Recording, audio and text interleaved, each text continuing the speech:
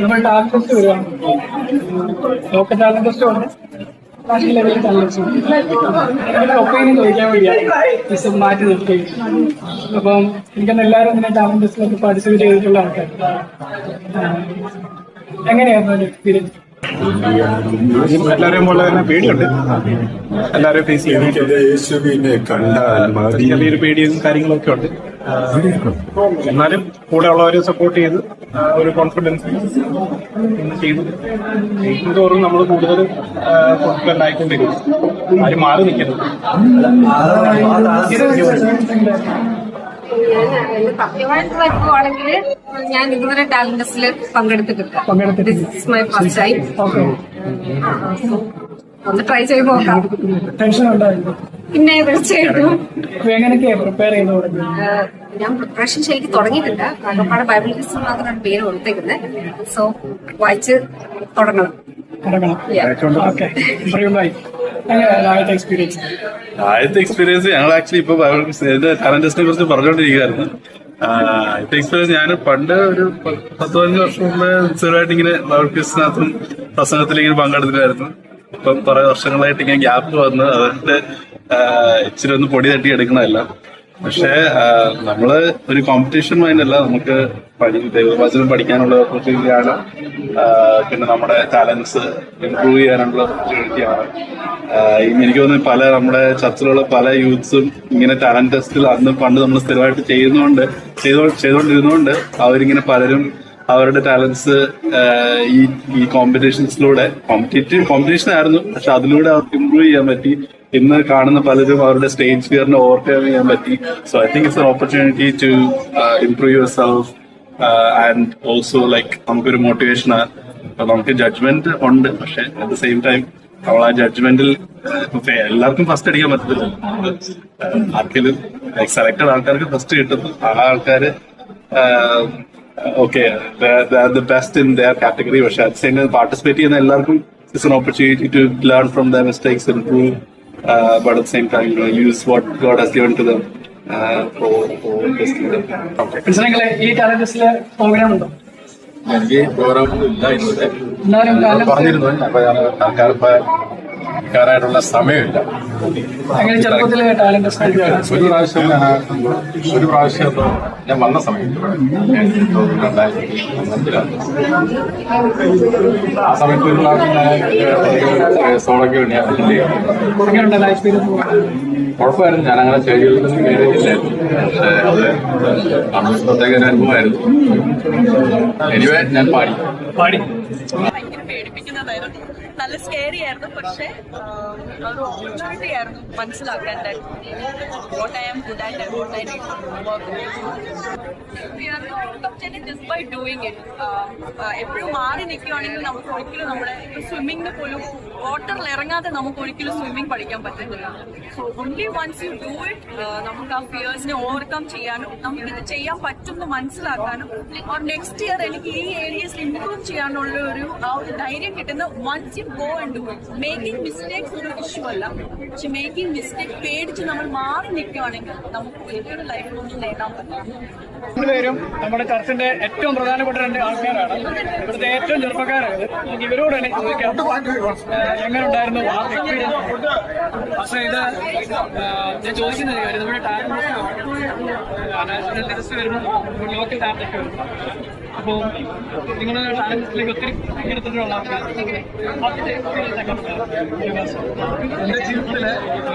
എൻ്റെ ജീവിതത്തിൽ ഞാൻ ഈ നിലയിൽ എത്താൻ ഒരു മുഖാന്തരം ടാലന്റ് ടെസ്റ്റാണ്.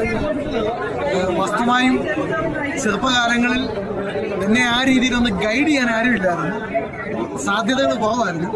പക്ഷേ ഒരിക്കൽ ഒരു ടാലന്റ് ടെസ്റ്റിൽ പങ്കെടുത്തപ്പോൾ എനിക്ക് 3rd പ്രൈസ് ആണ് ലഭിച്ചതെങ്കിലും പിന്നത്തേതിൽ അതൊരു ഗിവ് അപ്പ് മൈൻഡ് അല്ല, ഇനി എനിക്ക് ചെയ്യാൻ കഴിയും എന്നുള്ളൊരു നല്ല ഒരു പോസിറ്റീവ് ചിന്താഗതിക്കുണ്ട്. അടുത്ത ടാലന്റ് ടെസ്റ്റുകളിൽ ഞാൻ സംഗീതം, പ്രസംഗം, ബൈബിൾ ക്വിസ്, എസ്സേ റൈറ്റിംഗ് ഈ 4 വിഭാഗത്തിനും 1 വർഷം കൊണ്ട് ഞാൻ പ്രാക്ടീസ് ചെയ്യാൻ തുടങ്ങി. എനിക്ക് ടാലന്റ് ടെസ്റ്റ് ഒരിക്കലും പ്രൈസ് മേടിക്കാനുള്ള ഒരു അവസരമായിട്ടല്ല, പങ്കെടുക്കാനുള്ള ഒരു അവസരവും ബൈബിൾ വായിക്കാനും എനിക്ക് ഒന്ന് കൂടുതൽ കാര്യങ്ങൾ അറിയുവാനുമുള്ള ഒരു മുഖാന്തരം. ടാലന്റ് ടെസ്റ്റിനെ കൂടുതൽ ഇൻഫ്ലുവൻസ് ചെയ്ത വേറൊരു കാര്യം എന്ന് വെച്ചാൽ കോൺഫിഡൻസ്. പ്രത്യേകിച്ച് ഇന്ന് നമ്മുടെ സഹോദരങ്ങൾക്ക് പൊതുവിൽ വന്ന് പ്രസംഗിക്കാനൊക്കെ ഉള്ള ഒരു അവസരം പോലെ പണ്ടില്ലായിരുന്നു. ഇങ്ങനെയുള്ള യുവജന മീറ്റിങ്ങുകൾ ടാലന്റ് ടെസ്റ്റ് ആയിരുന്നു. അന്ന് ടാലന്റ് ടെസ്റ്റിനെ അതിന് വളരെയധികം സഹായിച്ചു. ഇവിടെയുള്ള എല്ലാവർക്കും ഈ ടാലന്റ് ടെസ്റ്റ് അനുഗ്രഹമാകട്ടെ. എനിക്ക് ഈ ടാലന്റ് ഇല്ലല്ലോ എന്ന് പറഞ്ഞ് മാറിയിരിക്കാനല്ല, സമയം കുറവാണെന്നും പറഞ്ഞ് മാറി നിൽക്കാനുമല്ല, തീർച്ചയായും ഇതൊരു വലിയ പ്രയോജനമായി തീരും എന്ന് ഞാൻ ഉറച്ചു വിശ്വസിക്കുന്നു. Vishu all the best. Talent test എന്റെ ജീവിതത്തിൽ എന്നെ വളരെ സഹായിച്ചിട്ടുണ്ട്. ടാലന്റ് ടെസ്റ്റ് എന്ന് പറയുന്നത് പലരും പല രീതിയിലാണ് അതിനെ ചിന്തിക്കുന്നത്. ഒന്ന് കോമ്പറ്റീഷൻ മൈൻഡാണ്. എന്നാൽ ഇതൊരു കോമ്പറ്റീഷൻ മൈൻഡല്ല. ദൈവം നമുക്ക് തന്നിരിക്കുന്ന ടാലന്റ് ചെറുതോ വലുതോ എന്തുമായിക്കോട്ടെ അതിനെ നമ്മൾ വിനിയോഗിക്കുക എന്നുള്ളതാണ്. അത് ഫസ്റ്റോ സെക്കൻഡോ അല്ലെങ്കിൽ നമുക്കൊന്ന് കിട്ടുമോ ഒന്നുമല്ല നമ്മൾ ചിന്തിക്കേണ്ടത്. ദൈവം നമുക്ക് തന്നിരിക്കുന്ന ടാലന്റ് നമ്മളത് വിനിയോഗിക്കുക എന്നുള്ളതാണ്. നമുക്കൊരു തോൽവി സംഭവിക്കാം, എന്നാൽ ആ തോൽവിയാണ് നമ്മുടെ വിജയത്തിലേക്ക് വീണ്ടും നമ്മളെ കൊണ്ടുവരുന്നത്. ഒരു ടാലന്റ് നമുക്കൊന്ന് ലഭിച്ചില്ലെന്ന് പറഞ്ഞേക്കാം, എന്നാൽ നമ്മൾ അതിനെ ആ സമയത്ത് നമ്മൾ നിരാശപ്പെടുകയല്ല. ദൈവം അനുഭവിച്ചാൽ അടുത്ത പ്രാവശ്യം എനിക്ക് ദൈവം അവിടെ ഒരു വിജയം എന്നുള്ളതായിരിക്കും തീരുമാനം നമുക്കുണ്ടായിരിക്കട്ടെ. നമ്മുടെ തലമുറയിൽ അപ്രകാരം തന്നെ ആ ഒരു ചിന്താഗതിയോടെ ദൈവം ടാലന്റ് വിനിയോഗിക്കട്ടെ എന്ന് ഞാൻ ആഗ്രഹിക്കുന്നു. നമ്മുടെ സമയത്ത് വലിയൊരു അനുഗ്രഹമായി തീരട്ടെ. ടാലന്റ് ഇല്ലാത്ത ആരുമില്ല. ഒന്നുകിൽ എന്തെങ്കിലും ടാലന്റ്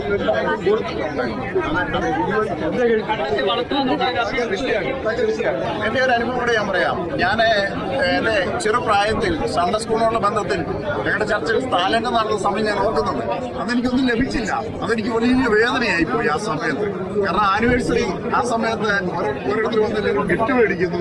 അന്ന് എനിക്ക് ലഭിച്ചില്ല. എനിക്കതൊരു വേദനയായി.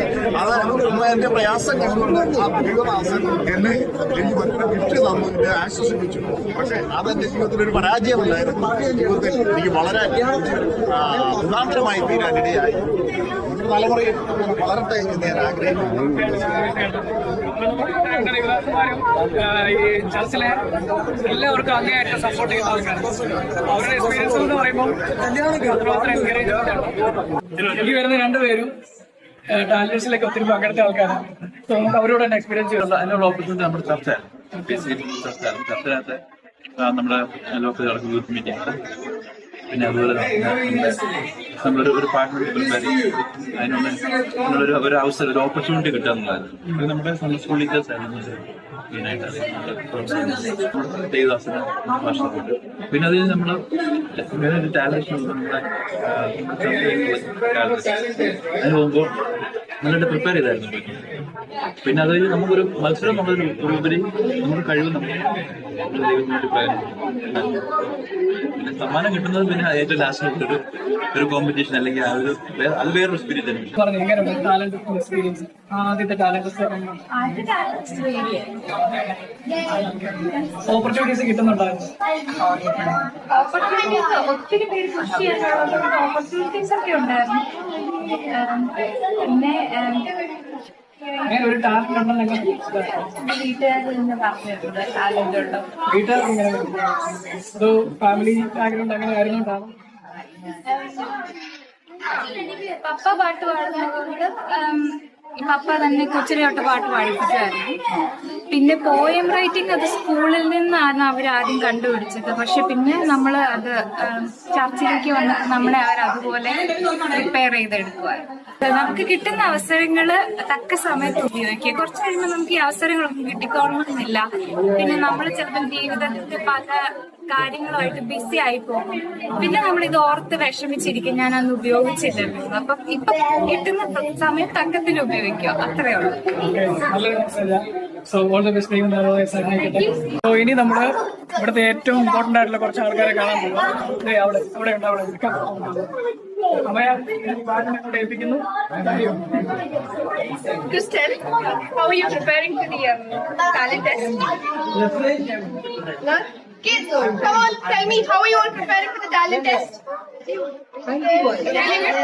Yeah? Who all is singing? Yeah? See? എന്നിട്ട് അങ്ങോട്ട് വയ്ക്കാൻ